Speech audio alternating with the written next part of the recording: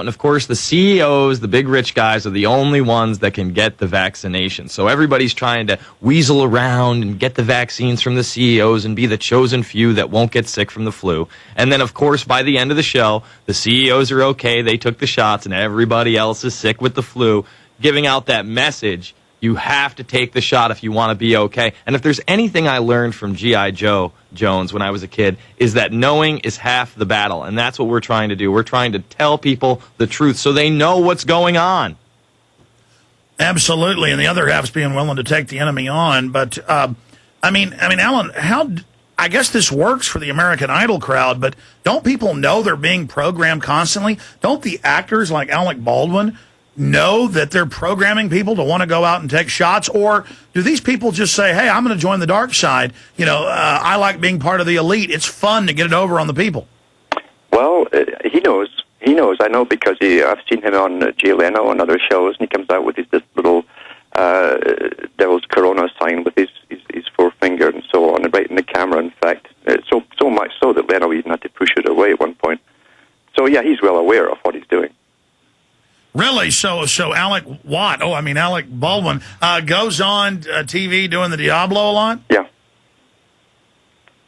And then you're saying he was doing it in Leno's face? And he put his hand right up to the camera lens, and eventually Leno had to push it away. Good God, what on the world is going on? I guess they just love the power trip. Oh, they do. They do, especially when you're dealing with an ignorant public. Who are into the mind control, upgrading. The general public have no reality at all except what comes across that media. And that's what Brzezinski said in Between Two Ages in the 1970s. He says the public are being trained to accept that the media is there to do their thinking and their reasoning for them. This has been accomplished.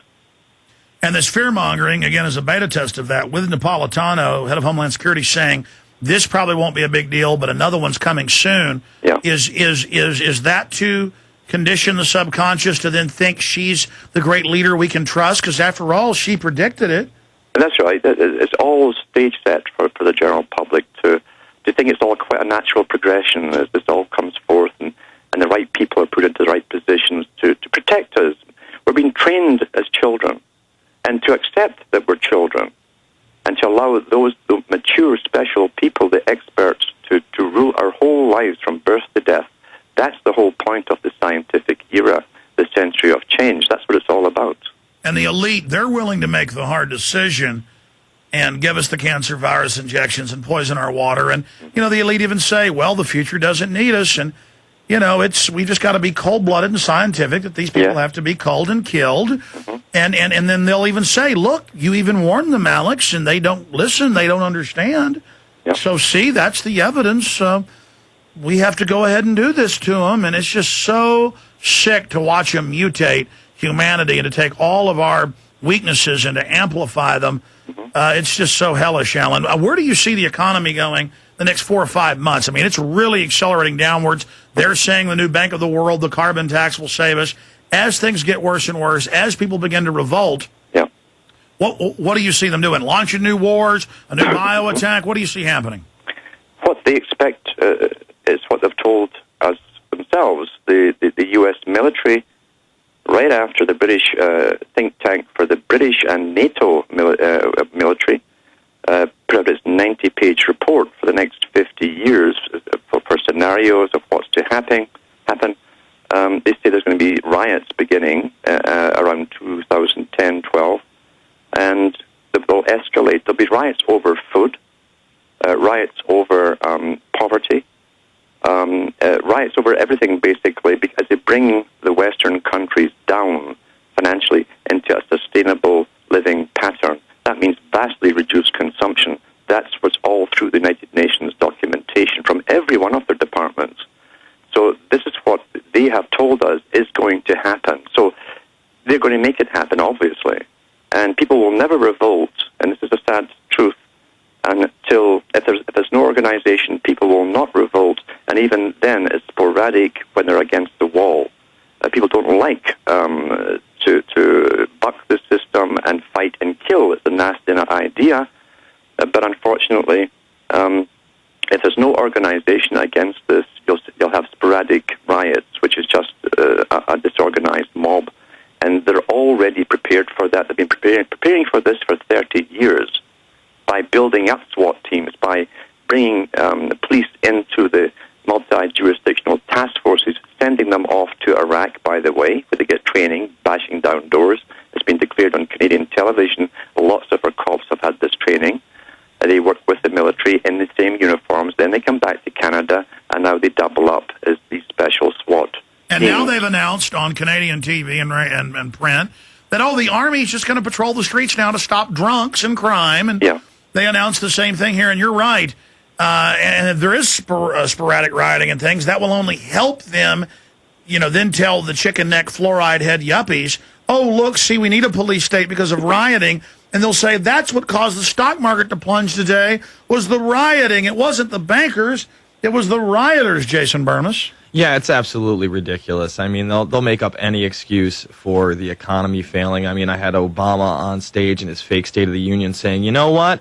All these high school dropouts, that's what's causing this economy to go down, and that's just not going to be a choice anymore. Then you read the GIVE Act and you realize everybody's going to have to graduate high school. As they're going through middle and high school, they're going to have to do mandatory service. On top of this, you're going to have to go to a trade school after high school if you don't want to go to college. They're saying even if you're homeschooled, you're going to have to show up and serve the feds.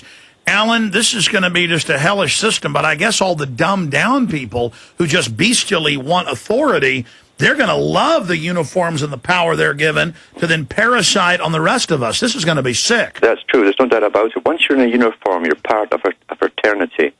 That's why militaries have used this technique of uniformity for so long. You are conditioned into being part of a brotherhood. The only guys you can trust are the guys in the same uniform. And you're told from the beginning you're now special. And you certainly get special privileges, etc., and you have a certain amount of protection against the things that you might do that the citizen couldn't. So you're right. We're going to have the exact things they showed us in all the scary futuristic movies and sci-fi. A big police state worldwide, a world governmental system, and masses of poor people at the bottom. That's exactly what they're bringing in for sustainable development, supposedly. All right, Alan Watts, our guest. We'll talk more about the fear-mongering, the flu, the new Bank of the World they're setting up. Jason Burmis, she'll be back tonight, 9 to midnight. Thanks for being with us. Thank you. We'll be right back. TheInfoWarrior.com is his website. Get up, Alan, I know that the New World Order crowd moves slowly because they want to test things, gauge things, beta test. They admit that. You read that. You cover that in all your great research at cuttingthematrix.com. But, I'm seeing desperation in their eyes. I know they've got all this science and all this slick ways to control us, but more and more people fundamentally don't like the system and don't like what it's doing and are saying no to anything and everything they push. I think there is a light at the end of the tunnel that is not an oncoming train. What are solutions in your mind and your prognosis? I mean, is there anything good at the end of this? Is there any way to get out of this, in your opinion? Being led by specialists in every area of their lives and start reclaiming their own personal sovereignty to begin with. You see, we've been conditioned, not just in one generation, but over a few generations, that we are nothing special. Remember what Julian Huxley, the first CEO of UNESCO, said. He said we have to condition the public and to get them used to the idea of the dehumanization of human life. Before that, human life was at the pinnacle. Everyone had rights. You were a spiritual, physical being. And we want to get rid of that idea and make them think they're just one other animal. And through about 40, 50 years of intense propaganda, nature